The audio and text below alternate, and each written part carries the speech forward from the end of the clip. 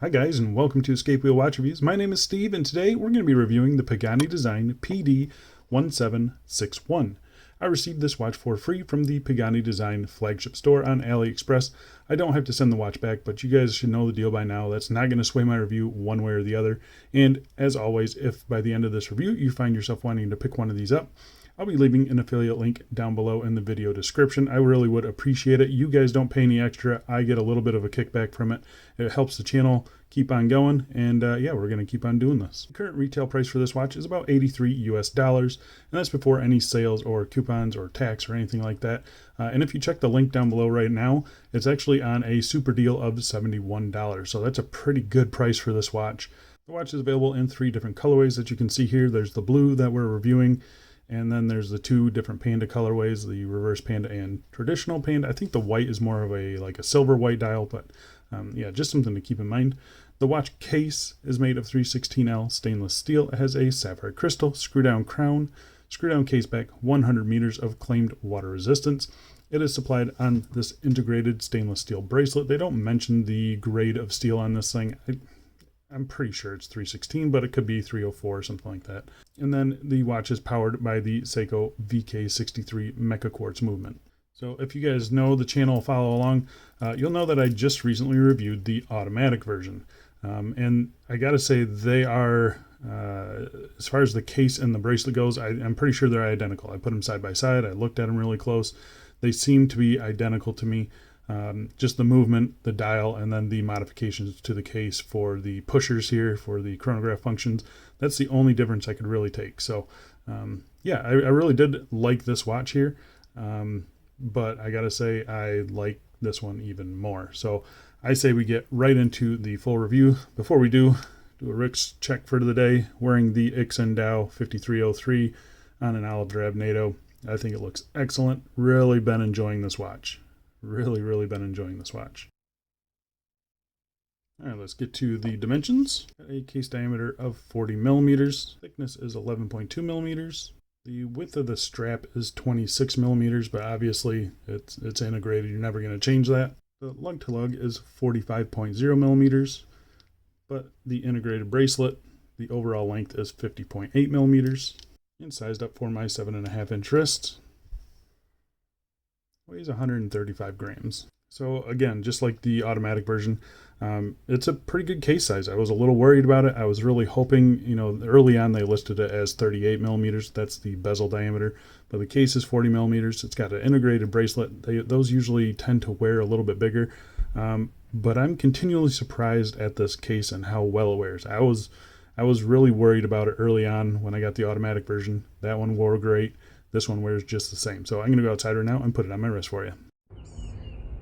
And here we are on my 7.5 inch wrist, and as you can see, I think it wears really good. I'm continually surprised by this watch and how nice it wears.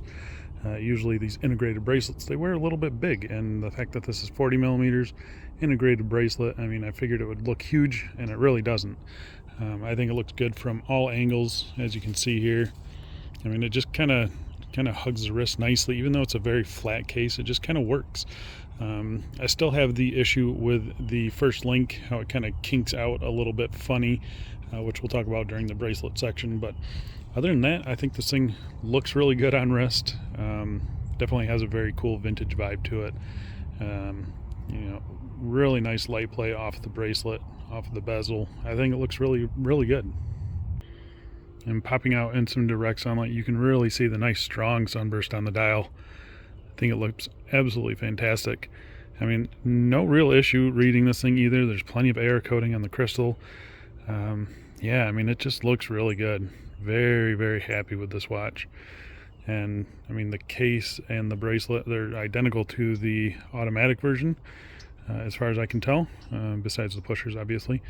And yeah, I think it wears just as good there as it does here, and very happy with it overall. I do love this blue color. I think it looks awesome, really bright pop of blue. And yeah, I think it looks really good. Obviously no bracelets or no straps for this one. So I'm going to go inside and we will get back to this review. All right, let's talk about the case finishing. And the case finishing, just like the automatic one, it's unchanged from that. And I'm pretty happy with it overall. So on the top of the case here, you have a vertical brushing on the top of the bezel. It seems to be just a little bit off as far as, you know, the angle of the brushing.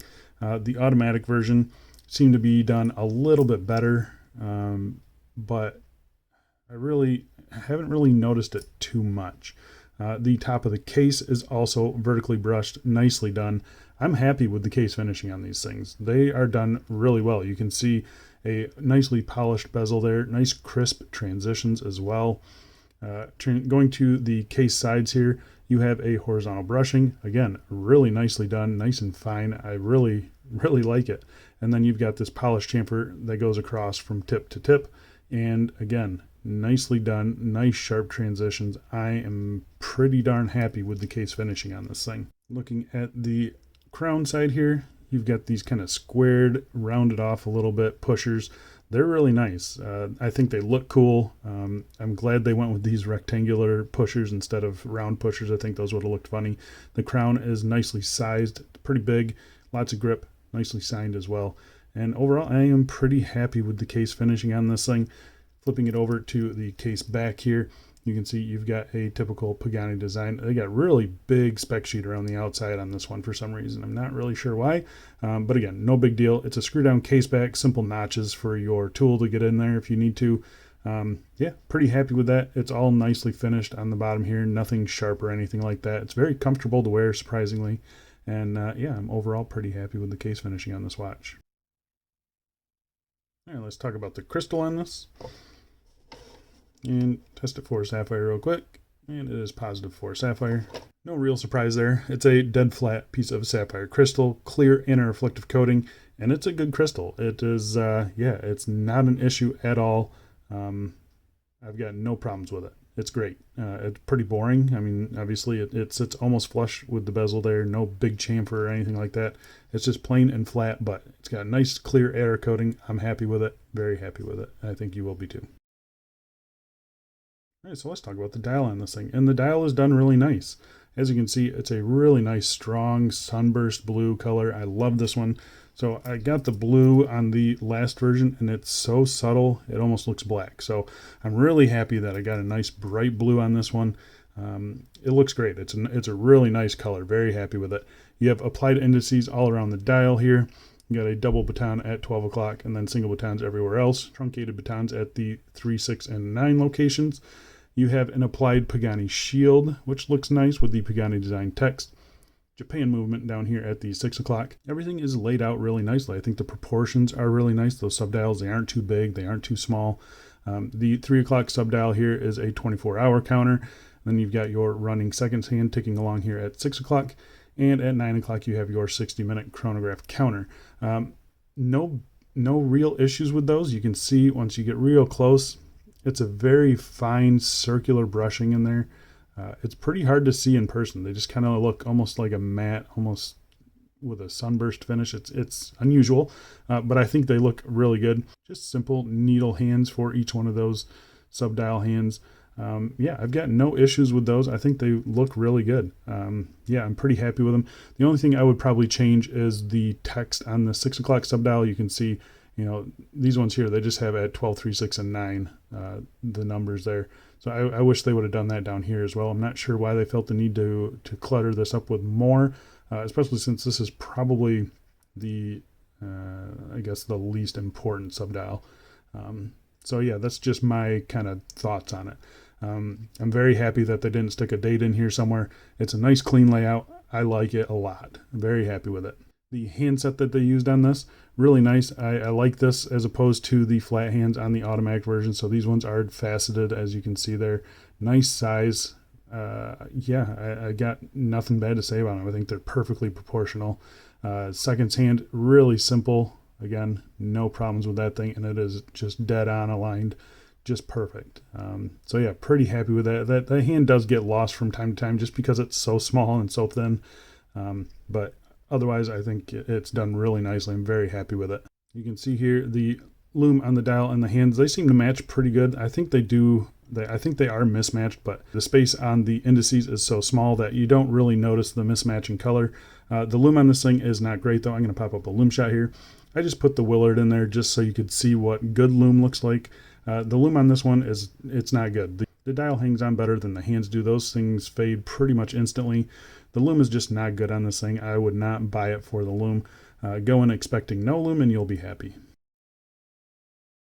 All right, so let's talk about the movement in this thing. So the movement is the Seiko VK63 Mecha Quartz. If you're unaware what a Mecha Quartz is, it's kind of a mix between mechanical and automatic. The set and reset buttons, I think those have like mechanical aspects to them. But then the main time telling is quartz, so it's going to be accurate. I think it's accurate to like 20 seconds a month, something like that. I've had no issues with accuracy on these things. These are what I use to usually set my watches in the morning. So yeah, very happy with the accuracy. It's just grab and go. It works. It's 2 years of battery, 2 or 3 years of battery, something like that. So very happy with it in general. I think they're great movements, and they keep the cost down, and they just work good. There's no issues with them at all. So you have, like I mentioned, you have a 24-hour subdial here at the 3 o'clock. This is your main seconds hand, which is always running, and then you have your 60-minute chronograph counter. To start and stop the chronograph, you press the top button here. Good feedback to that. It's got a nice satisfying click to it.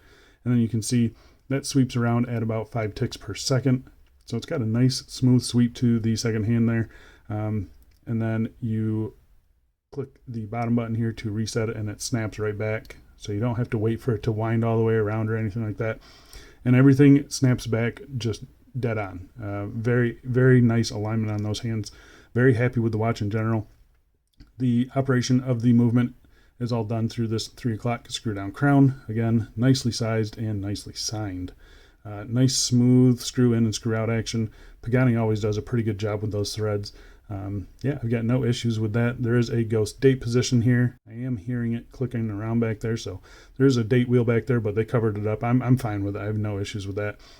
Pull it out to the third position here. It does hack the movement there, and then this is where you set your time. It's nice and light. There's a little bit of slop in that hand. Not slop, but you can see here I'm rotating the crown a little bit, and it's not really moving the hand. So that's really my only issue with these movements. They're all like that. It's not just this one.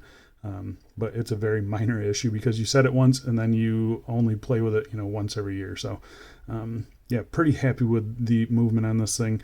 I've got no problems with it. Screw in action is again really nice and smooth. I'm happy with them.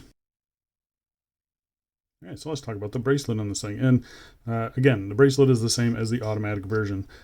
It starts at about 26 millimeters. And it tapers down to just under 20 millimeters at the clasp. But it's a solid link bracelet, just one link all the way across. It looks really good, nice and flat on the top. The brushing on the top surface, really nicely done. It's kind of got a brushed chamfer as well. I really hoped that they would continue this polished chamfer from the case onto the bracelet. I think that would look really good. But as it is, it really doesn't look bad at all. You have brushing on the sides of the link here. I do have one unusual little issue here. You can see that right here. I'm not really sure what's going on there. I don't know if I just don't know what's going on there. I'm assuming that's a pin that they slide in during assembly and then they finish it off, and this one just missed a final step or something, or maybe it went too far. I don't know. But it's a very minor issue, and I don't expect all watches to have that issue. Push pins for sizing, I had no problem sizing it. I removed 3 for my 7.5-inch wrist. The clasp here, it is signed with the Pagani design text there. Double pushers, butterfly clasp. Again, I'm not a huge fan of these clasps. They just don't allow for great micro adjustment, or they don't allow for any micro adjustment, I should say. So the sizing on these things are a bit hit and miss. This one functions fine. I was able to get a pretty good fit on it. Overall, it is pretty comfortable. I mean, these bottom edges here, they're a little bit sharp, but it hasn't been too much of an issue, surprisingly. So yeah, overall, I'm okay with it. I obviously would love to have just a regular clasp or half links or some sort of micro adjusting system on these things, but that's just not the case. I was able to get a good fitment. Hopefully you guys will too. There's a little bit of play in this link here, but it doesn't really translate to much rattle on the wrist. The bracelet feels pretty solid, and I think the light play on it looks excellent. Yeah, very happy with the bracelet on this thing. It looks pretty cool. It's obviously going for a certain look, and it pulls it off pretty darn good in my opinion. So my only real issue with the bracelet is this first kind of kink right here. So you can see this first link here is right in, it's solid in there. It doesn't move at all. So on smaller wrists, I don't see this being an issue. But on my 7.5-inch wrist, it kind of flares out a little bit, and there is just a slight kink right here. That just doesn't look as good as it could if this link was either angled out a little bit more or it pivoted just a little bit. I'm not sure what they could have done to really fix that. It's not a big deal. It's just something I noticed and thought I'd point it out to you guys. But overall, I think, yeah, I'm pretty happy with the bracelet as far as wearability, comforting, sizing. It's going to be a little bit of an issue, I think, just because you could fall right in the middle of 2 links. So yeah, just something to keep in mind, but overall, I'm pretty happy with the bracelet on this thing. So there you go, guys. That is the Pagani Design PD1761. I'm pretty happy with this thing. I think it looks awesome. I like the color of it. I like the dial and the hands that kind of add to what the automatic was lacking, in my opinion. The pushers also kind of add to that as well. So yeah, I'm really happy with this watch. I think it's one of those watches that I'm gonna keep in the drawer for a while and just wear it on occasions where I need a blue grab and go watch. I think these things are pretty cool, pretty funky looking, and yeah, great value, especially at that $71. And Pagani, they're always in the sales, so you're going to get a good deal on this watch. So again, if you are interested in this, I'll have a link down below. I really appreciate it if you use my links. Thanks a lot for watching, guys, and I'll see you in the next one. See ya.